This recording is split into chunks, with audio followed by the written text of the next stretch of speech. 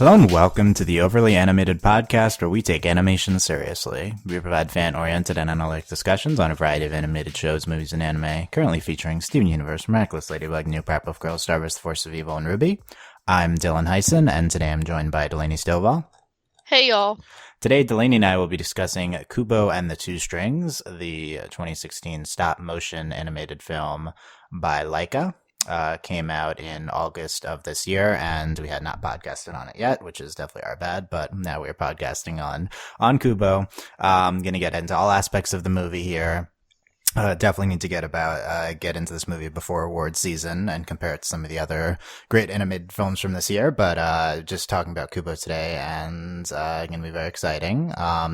We cover all sorts of animated shows and movies here on the Overly Animated Podcast. You can check us out at overlyanimated.com or search for the Overly Animated Podcast on iTunes, Google Play Music, Stitcher, or your other favorite podcatcher. So, I watched Kubo for the first time last night. I had not seen it before. Delaney had seen it in theaters and rewatched it. So, Delaney will be able to give a more of a, like what I thought of it at first, what I thought of it now type opinion, and I will give you my reaction. So let's start out with, all aspects of Delaney's opinions on Kubo. I've kept track of Kubo before it came out. Like, I was really excited about it. I really love stop motion animation. Like, it's one of my favorite things. And I went and saw Kubo in theaters with my friends. It was awesome. Loved it. It's just a gorgeous movie. It's a little bit the plot's kind of oh, okay, whatever. It's not necessarily the most riveting thing ever. A lot of it's really predictable, but I think it's a really good film. I think it's fun to watch. It's just gorgeous. The things they do with this type of animation is just incredible. And in some ways they do it better than than CGI. I think it's a really solid film. It's not necessarily perfect. I think Moana is probably better, which I saw in theaters last month. Yeah, we can get into that stuff later. We can just focus on Kubo for the time being. But yeah, it's Kubo. I think Kubo's just good stuff. I really liked it. Did your perception of the movie change at all on rewatch? Is it a good rewatch movie? Well, the thing is, I don't really like rewatching things. I have to really, really, really like something to rewatch it. I probably won't, I might rewatch Kubo again. It's good, but it's not necessarily, up there with some of, the other films that I really like to rewatch. And again, it's not a lot. I really don't rewatch things. Yeah. It's okay. I think there's a lot of moments in the film just pay off once. So it's kind of rewatching. You're oh. Granted, you can pick up on a few things, stuff with the Moon King. There's stuff you get better when you watch it the second time. Yeah. Since you know it's coming. So yeah, I could see a lot of the stuff from the first 15 minutes working better. Yeah, it's really confusing at first, and I think upon rewatch a lot of it makes more sense because a lot of it's subtle and they don't tell you things. You just kind of have to figure it out. Yeah. So I think that's part of it. Yeah, I feel like I got everything from my one watch. Definitely, some of the things from the beginning kind of click into place. Specifically, it's why is him going out at night relevant? Because the Moon King is just literally the moon. So when the moon sees him, that's kind of one of the only things I feel that came together. But I liked Kubo. This film, the big draw to this film is that it's incredibly beautiful. It's one of the best looking films I've ever seen. I'm a huge Coraline fan by the studio, and this film is somehow 5 times more gorgeous than Coraline. That's definitely the big draw to the film. I kind of knew that going in, and I actually paid to rent this on the HD TV. So I got the full Kubo. It's not the theater experience, but the best at this point I could get. So, it's a good movie. It's definitely a good movie. In another year, this is the best animated film of the year. This is a particularly strong year, So, my grievances with this film are probably incredibly obvious if you know me. This film has thin narrative and characterization. The characterization, I think, varies a little bit. I didn't particularly care about some of the characters, a little bit more about others. But this is one of those movies that intentionally has a thin narrative because it's going for this fairy tale feel. Um, which is okay. I mean, I'm a little frustrated when they choose to do these things because I feel like you can have like this gorgeous like epic feeling, and you can also have like a narrative that is a little bit doing a little bit more than this. But you know, they didn't, I guess, and I feel like that's the big thing that holds the movie back for sure. That being said, the narrative was good enough that the best part of the film is the ending. So I Yes. think that that says something like that. They crafted a solid enough narrative that it really does come together at the end, and it's very good. And for a quest kind of movie, it wasn't really boring or like uninteresting. I don't know. I don't know. It was pretty basic, and like we've seen stuff like this before, but I mean they kept it interesting. I think the origami and everything was really like kept it going. It's interesting how like this movie really hinges on its stylistic choices, and it really like pays off, even when we're kind of dealing with this kind of like weak narrative. Yeah, this is that the I mean, like other than just how good looking the film is, the big thing I think to highlight is the you're right, is the stylistic nature of the film with Kubo's guitar driven origami. And they don't really never name it in the movie, so I don't know what to call it, but it's really interesting. It's such a good use of the stop motion medium. Like that, this is such a good idea for them, and it really is kind of a unique thing, and I think it's just a really great element of this film's mythology and like how it's used in the film. And like it does a lot for like the music and the sound of the movie because like the paper folding and it's just they just do a really good job with it, and it's just a lot of fun. And then like Monkey at one point, it's like I don't even think this is technically origami, which is like really funny. Yeah, yeah, that was I think that was one of the better lines too. Yeah, um, I think Monkey's the highlight of the movie for me is character Same, I wise. love Yeah, Monkey. yeah, Monkey's great. yeah. Who is yeah, Monkey original. Like I don't even think Monkey being mom adds that much. I feel like just Monkey on her own is great. Like I feel like that's Yeah. like they did enough with that character that she could have stood her on her own. But I don't know. I feel like the best fight sequence was Monkey versus the sister, like the first time on the boat. Like it, Yes, I think it's awesome. yeah, And it's just really dramatic and like the storm and it's all really good. yeah. I think that was really good. And like I think like the best scene of the movie is the ending with the grandfather, but that's not really too much of a fight scene. It's more of just like Right. whatever magic magic shield. But yeah, I think Monkey's really great. The monkey especially looks really really gorgeous. Um, I will say the reveal that Monkey's the mother is I didn't really understand how they why like it's just it wasn't even I don't know it just happened, and then they weren't like they didn't give it any space. It's just like okay, they didn't really ever explicitly say it, and then it just kind of happened, and then they're like continuing on with it. Did you have any sense of feeling like that? Like I felt like that was very weirdly done. Well, I think like I mean when I saw it in theaters, it's like I saw that coming. Like I wasn't surprised when it happened. I was like, oh, it's the mom. I Okay. mean, the problem is that they have the same voice. They're both like obviously Charlize Theron. So like, what's Yeah. like, what is this a twist? Yeah, no. So it's just yeah, they play it off kind of weird. I mean, granted, I think it's better they don't pause too much with it because like it's so obvious.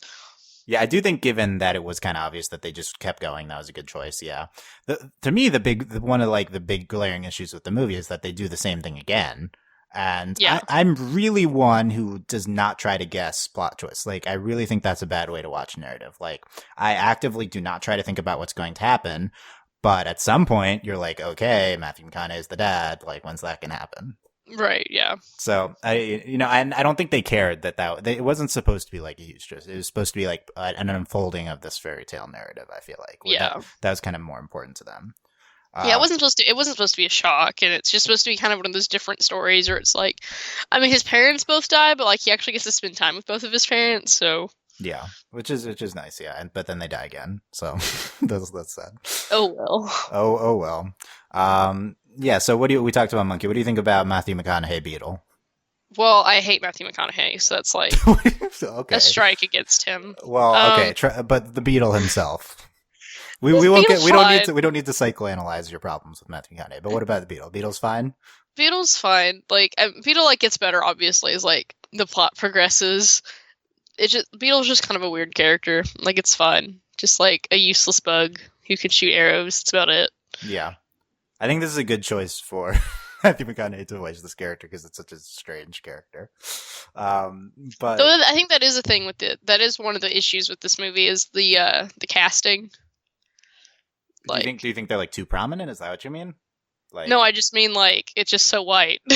oh yeah, well, Obviously. I was gonna wait, until like past the 10-minute mark. But right. Since you brought it up, yeah, this is a movie about like fairy tale Japan, and there's only like 2 Asian actors in here, so I guess there's more playing minor characters, but yeah, none of our leads are Asian. I haven't really seen much uproar about this online, which gives credence to the fact that people are selective about their outrage, But yeah. Then again, I guess the counter argument is that this isn't necessarily Japan, even though it's just obviously Japan. Did I get like Wikipedia says in ancient Japan, but I guess the movie doesn't say that. But yeah, they should have. I don't know why Kubo needs to be voiced by Art Parkinson, who's not even like a big star. Like that kind of like the logic usually is okay, we need these big stars to sell the movies. That's why Charlize Theron and Matthew McConaughey are there. But Art Parkinson, like yeah, he's Rickons, but in Game of Thrones, but I don't think anyone's watching this movie because Art Parkinson's in this movie. So, no. I thought yeah, so that's not good. That why I don't really, it's more just like I don't understand why they would do that for this. It just kind of makes no sense to me. That it's very confusing, and it's just like, I mean, the movie's fine, and like obviously the voice acting's fine. It's just like, okay. In a year when Moana was cast as like an actual Hawaiian teenager, casting Kubo not as like a young Japanese boy is just kind of shocking, like shockingly bad. Like Monkey and Beetle also should have been Asian actors, but those at least you can kind of string some sense together. Like why isn't Kubo?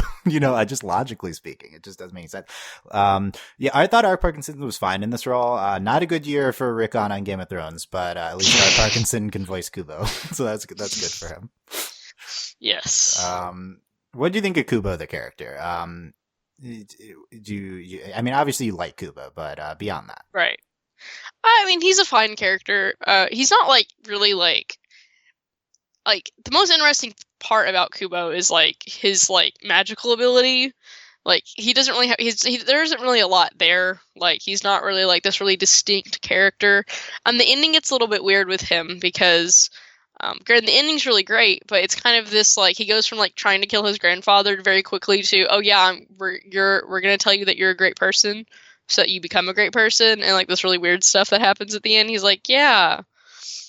So he's not really like he's fine. He's just kind of like the typical he's young boy character. I agree. He's fine. His most distinctive element is the storytelling origami thing. Like he has the storytelling element to his character, which they like weave into the end and in the beginning. And I don't really know if it makes sense overall. But it's clearly present in the beginning and the end.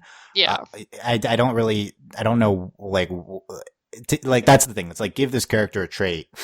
Like what would I say Kubo is? I don't know. He's like what's the most distinctive feature of Kubo? He has his guitar and he makes origami. Yeah, I got that, but I don't know beyond that. So I think Kubo's fine, but I feel like for me takes a backseat to some of the other characters here.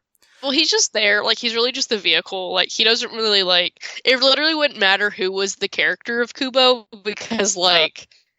There isn't really anything going on with him. Like, yeah, I agree with that. He's just a young boy. He really could have been anyone. I do. Yeah, that's interesting that he gets his kind of Aang moment at the end with the Moon King. It's like, okay, we're not gonna kill him. We're gonna like he gets amnesia somehow, and then now we're gonna tell him he's a good person. Which, granted, was a very powerful moment, and like I do think the ending of this movie is really great. Potentially, it feels unearned with Kubo's character. You think? I don't know. I think a little bit. Just it's like it's really beautiful and it's a really great scene. But the thing is, like, it doesn't feel like Kubo. It's really there, and like it doesn't like it just feels a little like we're doing this, even though Kubo really probably wouldn't act like this because it's a little like it happens really fast, granted, but like there's not a lot of time between trying to kill my grandfather and I'm your grandson and you're a great person. So like. Yeah, I agree with that. And Kubo does kind of take a backseat to these villagers at the end, who I also feel like the villagers should have been weaved in throughout the film better. Like, they're at the beginning, and then they're at the end. And it's like, okay. Yeah. It's like, George Takei is cool, but, Right. yeah. But, so, I thought that characters aren't like an incredibly strong point. I mean, I thought the Moon King is good in like the 5 minutes he's on the screen. Right. Like Ralph Fiennes is good. And like the dream thing was cool. And... yeah, that was nice. I guess that's supposed to be a surprise that you're not supposed to know that's the Moon King. Is that true? Like, because I thought that was obvious at the time because he's blind. Yeah, I mean, you don't know. No, it's the Moon King. It could have just been another blind guy, I guess. I mean, who knows? Like, yeah. Well, it's like Kubo doesn't act like, oh, it's the Moon King. Ah! So who knows? I guess so. Yeah, this movie doesn't do a good job with surprises, but it's. No. I also don't think it particularly wants to, but no. So yeah, with other characters, I thought the design on the sisters was really cool. I thought those were Kubo. It's my favorite. So good. Yeah. I really like my favorite scene is like when they smash the mask. Yeah. And like busts her face up. Like that's good. I didn't really understand I was like, I guess that's symbolizing that she died. I didn't necessarily recognize that was the mask at the time though, which yeah. Yeah. Like it has to do with like, they're not really people. They're like well, yeah, which I think you get a better sense of as the movie goes on, which I guess is the point. Like, it's supposed to unfold like that. Yeah, it's really, it's a little confusing, and like, it's really confusing with like his mom and like really what's going on. I mean, I was rewatching it, and like I had seen it in theaters, and I was like, why do they want his eye? I forgot. Like, yeah, they don't really give a good reason other than apparently losing his eye is. I guess at the end they kind of say the eyes represent the humanity is the point. I guess. Yeah, it's just like to make him blind. Because he was born, he's not like whatever that happens when like they're in the heavens. Yeah. So yeah, the eyes represent humanity. I feel like this is offensive to blind people. Like they're just soulless because of the eyes, the soul. Yeah, no. But yeah, I thought the sisters were really, really cool. The design of them. I mean, anything with design and aesthetic is going to be a strength of the movie, and anything with definitely with like actual narrative is going to be more of a weakness. But and the sister characters were purely like aesthetic characters. Like they're not really given any sort of narrative purpose. So I think that they succeed a lot more than characters that other than Monkey, who I think rises above a little bit. The other characters who they try to give some sort of larger narrative focus. What do you think? So his journey. I feel like this movie suffers a little bit from Disney Moana-itis of yes, we move very fast through our journey. Okay, we're here, now it's done. I think Moana was faster, the journey this year. Like Moana was like, okay, we're here, now we're done. This movie, there's a little bit of in between, but it still felt like a very quick journey. Well, it's a little bit different, I think, with Kubo versus Moana in that, like, Kubo, he had to get 3 things. Yeah, so we had to, like, Moana had, like, one end goal. Yeah, Moana was one thing, and this was 3 things, yeah. Yeah, so, yeah, I mean, it goes really quick. By that same token, like, I know you think, like, we talk about this a lot, you think it goes really fast. When you're dealing with a plot like this that everyone has seen, you're used to it, okay, we gotta get the stuff, and we have to go kill the thing. I think going a little bit faster is beneficial, and when, like, you're dealing with things that everyone's familiar with, it's kind of boring. If you're not going to do anything interesting with it, like, we can go through it a little bit. Especially since it's like this, like, the point of the movie isn't, let's get the 3 pieces of armor. Like, that's not the point. So, I think it works okay. Like, it's not too fast in Kubo. Yeah, I agree with you. If they're not going to give us anything new with this hero's quest journey, the basic gather the elements and then do anything with them, if we're not going to get any sort of enhanced narrative, I agree. Let's get it done with faster. I think it's a good call for this movie. But I mean, the obvious preference would be for them to insert some kind of interesting narrative thing into the journey. Right. Granted, if they're not going to do that, then it going fast is fine by me. Let's go through those 3 sequences, I guess. The first one, the Hall of Bones one with the giant skeleton thing. Definitely the sword unbreakable. Yeah, the sword unbreakable. Which they give us dumb name and then they proceed to make fun of the dumb name throughout the whole movie. That's always fun. I thought the giant skeleton thing was a big kind of like aesthetic, artistic highlight of the film. It was really good. Yes. Also very scary. Yeah. I guess so. It's really creepy. It was really neat. I liked the whole, like, oh my god, it's like, it has a bunch of swords in its head, you gotta find it, and they're just like slamming and breaking all these swords. Yeah. Why did the swords just instantly break? I get that this one is unbreakable. The other ones, they don't necessarily, I don't think your average sword would just instantly break if you hit it against a hard thing.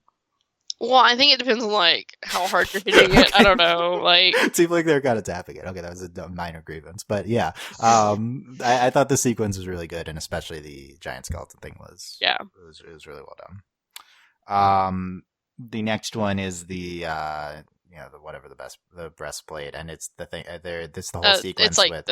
it's impenetrable. Impenetrable, yeah. This is kind of a more extensive one because you have Kubo going down with the eyes, and then you have Monkey fighting the sister above ground, which is definitely a highlight. I think it's probably the best fight sequence. I think it's the best fight sequence, yeah. And I think that the eye stuff, I don't know. The big weakness of this sequence is like, what is Beetle doing? Because he goes down first, and I'm like, and then he just ends up not doing anything. Yep. So I don't really understand what was up with that. But Kubo with the eyes, at least the eyes were really interestingly designed, and it was like also terrifying. I guess so. They weren't really. I mean, I guess it was suck him down into something else that'll eat him. I don't know if the eyes themselves were. Well, I mean, they were creepy looking. It was fine though. Like, it was good stuff. Yeah. For Kubo. Yeah. Yeah. Also, this movie's weird obsession with eyes. It's fine. Yeah, that's true. I guess they're trying to make a motif with that. Yeah. Eyes equals truth or humanity. The other word, because those eyes were truth. But yeah. So that was that. The last one wasn't like such an obvious one because like the grandfather like tricks him to go to the other place where the sister finds him, his father's fortress. Yeah, but then it turns out that it's back in the original village and it's the bell, which I read, but I did not get it all from the movie. That might have been The Wikipedia says that it's the bell tower, like in the village, but I guess that's true. The headpiece or whatever. Yeah, which is weird, but like it's fine. I do like the idea that it ended up being back in the village because why did they go to this village in the first place? Well, that's the reason. Okay, that makes sense. Yeah, that's pretty cool. Seems legit. Yeah. And so what do we think of the sequence at his the dad's old place with the second sister? I mean, Al's sad. Al's sad. Much sad. Yeah. Everybody dies. Rip. yeah, rip. No happy ending for the parents. I guess that's pretty tropey though, that like you reunite unknowingly with the people you're looking for, and then they die anyway. Yeah. Pretty good stuff. And then the ending sequence with the Moon King, and he turns into this serpent. It says dragon Wikipedia calls this a centipede. I don't know if that's true. Okay. Yeah. What do you think of the design on that thing? I mean, it's really cool looking, and like the colors and like it glows. Like, it's really neat. It's just a little weird that he turns into one, but then I guess it's like because he's not human. Like, there's no humanity in him. I don't know. It's neat. It's cool to watch. Yeah. I guess that's the point of that. I thought it was. I thought he might have turned into something bigger if he's just the moon. That's fair. Maybe he's more power, but it was kind of cool. And just the sequence with all the villagers, bringing the villagers back is a good idea. And just like this whole concept of like memories, being like the more powerful than the moon. Buy or sell memories being more powerful than the moon. Well, it's like more powerful. It's like the most powerful form of magic. I wouldn't say like he's not literally the moon. Like, is he not literally the moon? I mean, I don't think kind of. The movie's kind of unclear about that. I mean, I don't know. I mean, the memory thing is like a nice sentiment, and it's like fun to watch, and like it was cool. I think it's fine. They're definitely trying to do things with memories and with Oban, the Oban festival, and with the sending of the spirits and like everyone dying, and they're trying to tie that together with like Kubo's memories of his dad and then the memories of the parents together at the end. But then they also kind of like try to fit it together with like this theme of like eyes and humanity. Yeah. And I guess I don't know if they ever really are they ever like memories make us human, because that would have been a good tie for that. I guess no, I don't think. Yeah, it's kind of like it's two things that go together, but they don't really like tie it together. Yeah, I guess you could interpret that from the ending. Maybe that's what the ending's saying, but well, they do. I think a lot of it has to do with like the visual motif of like his mother like was blind in like one eye, and then like his grandfather's blind in one eye, like that whole like now that they're human, that kind of thing. Yeah, I mean, I definitely think that they're prioritizing how it looks kind of over Yeah. the overall narrative elements of it for sure. In the ending, and I do think it looks really good. And the accepting of the Moon King and like trying to tell him he's a good man, and I think that all works. But also comes out of nowhere, like you said. Like I'm not sure. And also, like, why does he lose his memories? I guess he's human again. Is that the thing? Was he a human in the first place? Yeah, it's a little weird and they don't really explain it, but like it ends up being okay. Like Yeah, I think it turns out fine. But yeah, and then we see the parents at the end with much sad. and oh yeah, and then there's these storks that they mentioned for 5 seconds, and then they're back at the end. The Because golden heron. they're like ushering them to the afterlife. Yes. I thought that was one of the weakest sequences when they're explaining the golden heron, and whoever was explaining it, I don't remember. It was just Monkey, I think. Okay, this is just like kind of giving a basic definition of what the concept of the afterlife is, and I'm like, yeah, that's true. That is what that means. Yeah, and then it comes back, and is like I feel like they could have taken that out if they didn't put it in at the end, but since they put it in at the end, I guess they have to put that in there. I don't know. Was the Moon King in the afterlife? Is that what this is, or is he just? Well, I took it to me like I think it's literally like a different realm. Like Yeah, well, that's what. Yeah, they're trying to be like, okay, this is a different realm, and it's just like passing on. I'm like, okay. well, I don't necessarily. Well, I don't know. I don't necessarily think where the Moon King is the afterlife. I guess not. Yeah. It's confusing. Like I think it's more like it's like well, because like his mom has magic, so I think it's literally like a magical realm. And Oh, yeah, we then... didn't even talk about magic yet. Let's talk about the magic. So I was like, okay, how is my big question? I was kind of distracted for the first half hour of this movie. I'm like, how is Kubo doing this with the origami? And then at some point, they say the word magic, and I'm like, okay, you could have just said the word magic earlier, Right? And then you could have explained it with that, Right? Well, why does Kubo have magic guitar playing abilities? Because his mom does. And has passed it on, and then his mom Yes. also had the magic to animate his jacket and then Yes. to reincarnate herself into the monkey, or did she Yes. transfer her life energy into the monkey? Well, so they say like she used the last of her magic to bring the monkey to life. So I would assume it's kind of like she put like the rest. Of her, But then that was like the lying explanation. So what was the real explanation? Because it's her. Well, and then she says like her magic's fading, the magic that keeps her there. So I think it was like she used the rest of her magic to like put whatever was left of her in the monkey. So she made like a good Horcrux. Yeah, exactly. That's what I was gonna say. I was gonna say that. Oh, this was the this is the. It's Harry Horcrux. Potter plays in my living room right now. That's I'm not surprised. This is the Horcrux for Kubo's mom. Yeah. Yep. And except it's actually herself, so I don't know about that. That's fair. But yeah, I felt like maybe I thought that the three things were the Horcrux. I don't know. At some point during this movie, I was thinking about Horcruxes, so that's fair. I guess it's fair because it's relevant to any movie. Well, that's the other thing too is that like the armor never really pays off because they're like because he eventually like doesn't use the armor anyway, so it's like what and that didn't really have a point to it. Yeah, I don't know what the point of him collecting all the things were. Yeah, those were these were the Deathly Hallows. That's what I was thinking. Yes. About. Yeah, these are obviously the Deathly Hallows. Well, they were like, it'll make him like he's too powerful, but like he literally doesn't use it. Like, I guess he uses it to make the force field, or is that his original magic? You know? No, I think that's just the magic of his like the strings. Yeah. Well, okay. Let's talk about the strings. So 2 of the strings snap before, and then or all of them snap, and then he uses like him and his dad and his mom to make the 3 strings. So why is it the 2 strings? So the 2 strings are his parents. Yes. Even though there's 3 strings. Yes, because it's Kubo. It's Kubo in the 2 strings, and Kubo's one of the strings, so it's Kubo in the 2 strings. Wait, let's go over this again. No, yeah, no. Okay, I got that. Yeah, it's an interesting. I like not just naming your type movie something that's set in a movie, so that's good. I don't know how much the strings thing worked for me.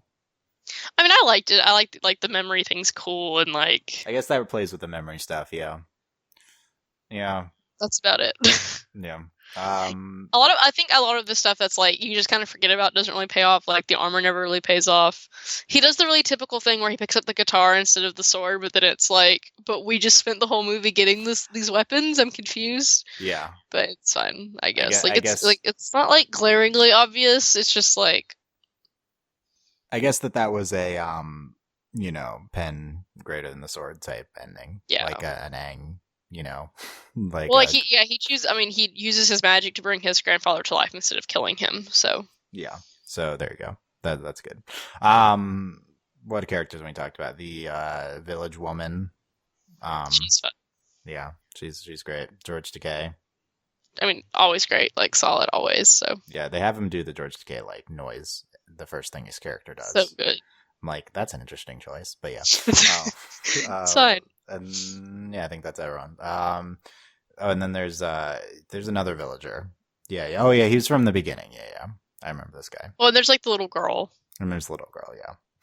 So, I don't know. I think we talked about everything. I know we're talking like we're kind of like making fun of the narrative a lot, but again, though, like that's it's harder to talk about like the gorgeous elements of the movie and like why. Well, I mean, that's always a problem with like I mean, generally speaking, that's the issue with like quote unquote animated films geared at children. Like that tends to be the issue, and we talk about this with Moana. Like it's fine. Like yeah, it's pretty. I think the reason Moana has a thin narrative is different from the reason this movie has a thin narrative. I think with Moana, just kind of like they're purposefully. I mean, both these movies are purposefully not prioritizing Moana, but with Moana, it's like they're fitting other things in, and with this movie, they're kind of intentionally like not. Just creating much of a plot. I think that's interesting. Is it because that they're aiming this at kids, or is it because that they saw this as more of a fairy tale type thing? I think it's the latter. I don't know if they decrease the narrative elements because. Well, I don't think it's necessarily like. I just mean like I think in general it's never really a priority because they're like, oh, we're just gonna do this fun kid thing, like. Like, yeah. Obviously, there are kids' movies that have, like, really great plots, but I do think sometimes it's, like, that's what happens, because they feel like, these are the kinds of stories we should tell when it's geared at children, quote-unquote, and then, versus, granted, there are movies geared at adults that have horrific plots, so, like, who knows? Yeah, I think there's a lot of validity to that. I also think that, just is more of, I don't know. I want to compare this to something like Coraline by the first film by the studio. And Coraline also didn't have a tremendously in-depth narrative, but it succeeded like a lot more for me just in the like vague elements it had. I guess sometimes the vague really like, like in Coraline, I feel like the vague elements like contribute to like what the movie's about and like Coraline itself. Yeah, it's in that movie. It's like, okay, there's an obvious choice to increase like the creepiness and the weirdness of the movie, and in this movie, it's like, oh, we're just making a thin narrative fairy tale that I don't know if it like contributes to the story they're telling to not have larger plot elements. Right. Well, I mean, it's okay, but yeah, it doesn't really like a lot of things don't really pay off at the end of the movie. It's a little choppy. Kubo's a little choppy. Like, we kind of go, like, here, and then, like... And I think the major weakness of Kubo, actually, is Kubo himself. Like, I mean, he's a cute character, and, like, he's fun, but, like, there isn't really a lot going on with him, and, like, when your main character doesn't really tie everything together, it kind of, like... Yeah, exactly. Compare this to Moana. Moana, also a film with a weak narrative, but if you prioritize character over narrative, that's totally something I understand. And Moana had one of the most memorable Disney main characters ever, and Moana's incredible, and I don't feel that way about it, remotely that way about any character in this film. Yeah, same. Yeah. And the monkey's pretty great. Yeah, Monkey's good. I think Monkey's like on the level of Maui, potentially better, but that take your pick there. But it's the main character, yeah. Overall, like, this isn't a Dylan type movie. I still think it's good. But certainly I'm going to prioritize other films with better character and narratives than Kubo. Although certainly if you want to put this in your first tier of like best looking movies ever, I would be fine with that. Like if we're doing like best looking animated films, like a podcast on that, I think this would be in the conversation. Definitely. And I think that's a big thing. Like I just love this kind of animation. It means a lot to me. I'm very much about like supporting these kinds of films. Like that's why it was really important that I went to the theater and saw it, because I was like we need to support films like this because they're really expensive, but they're really pretty and they're just really awesome, and like the kind of craft that goes into making a film like this. I'm looking at Wikipedia, $60 million budget for this film. That is shockingly low. Yeah, I mean, Laika's not a huge studio. Like, I guarantee if we look at Moana, it'll be like $200 million. So. Yeah, well, the thing is, like, I mean, there's not a large studio, and then like a lot of the time and effort that it takes to make a stop motion film. Which I like that they did that in the credits. They like had the part where they like showed the skeleton guy for a second. That was cool. I always love that. It's good stuff. Yeah, Moana, $150 million. and like it's kind of shocking that that's true. Zootopia 150 million. um, even I'm interested. Even something like Your Name had a I see no budget here. Yeah, so it's just the making the stop motion film for that. That I mean, $60 million is a ton of money, but just given the high level of visuals that they achieve, it is very impressive. Certainly, Gorgeous film. yeah. A+ stuff. How many of the Laika films have you seen? I've seen Coraline. I think I've seen Paranorman. Box Trolls. I haven't seen Box Okay. Trolls. So where would you say Kubo better than Coraline, better than Paranorman? I don't think Kubo is better than Coraline. Like plot wise, I think Kubo is probably prettier than Coraline. Yeah. Paranorman. Yeah, I guess I probably like Kubo better than Paranorman. Okay. Yeah, I haven't seen Paranorman or Box Trolls yet. I know I Granted, need to see them, but Kubo is the kind of movie that like appeals to me, so that's another thing too. It's kind of like, what do you like? Like, I really like films like Kubo. Like, yeah, so yeah, that's totally understandable. Yeah. I've just seen Coraline, and I think Coraline's and I'm not going to say like much better, but a moderately better film for me. And also, Coraline's kind of the type of movie that appeals to me too. So it has both of those going. But yeah, no, what I'd say to like is I really would say the next step is to prioritize narrative more. I think you've created some of the best looking films. Just like you gotta get some better scripts. Not that Kubo's like a bad script, and I think they're intentionally doing it this time. So I don't know. Like they create a fairy tale, and it's it's fun, and it's like a good story. Yeah, no, it definitely was something. It was really great to watch on like the big screen. Like it's so pretty, and like it's just like a gorgeous film. Yeah. Yeah, and I think that it was an intentional choice. So I'm interested to see like maybe a non-fairy tale type movie. With how they do that with modern Laika. But yeah, certainly I love that they're keeping stop motion alive and stuff like that. It's very interesting. The director of this movie, Travis Knight, is the CEO of Laika. He is the son of Phil Knight, who founded Nike, and Nike owns Laika. So that's interesting. I didn't know about that until I clicked links on Wikipedia. But yeah, no, this film is like directed and made by the son of a billionaire. So that's fun. But you wouldn't expect that for stop motion, right? But right. Yeah. This is very interesting. I didn't know this history of Laika. But yeah, you can check that out. With anything from Kubo that we didn't talk about, you want to get into? I don't think so. I don't think we talked about Beetle enough, but it's fine. I mean, it's Beetle. What about the Hanzo, the mini Hanzo, the red origami thing that they take with them? It's fun, like the pointing, and like he has a lot of personality for being like a red piece of paper that is. I'd argue he has more personality than Kubo, and he doesn't say a word. So I would agree. Yes, throwing some shade there, but yeah, a little bit. Yeah, but yeah, no. Overall, I actually think this movie is rewatchable just because of its visual elements. Like it's really pretty. Yeah. And I know that there's people that think this is like one of the best movies of the year. And like if you're going to argue that you don't prioritize narrative as much as me and you prioritize like aesthetic, artistic reasons, and you want to say that's one of the best, that's why it's one of the best movies of the year, then I cannot like counter that because you are prioritizing something else. So I understand. Well, the thing is, like, I mean, yes, this was a great year for animation and like especially in movies, but I mean, I do think Kubo is up there.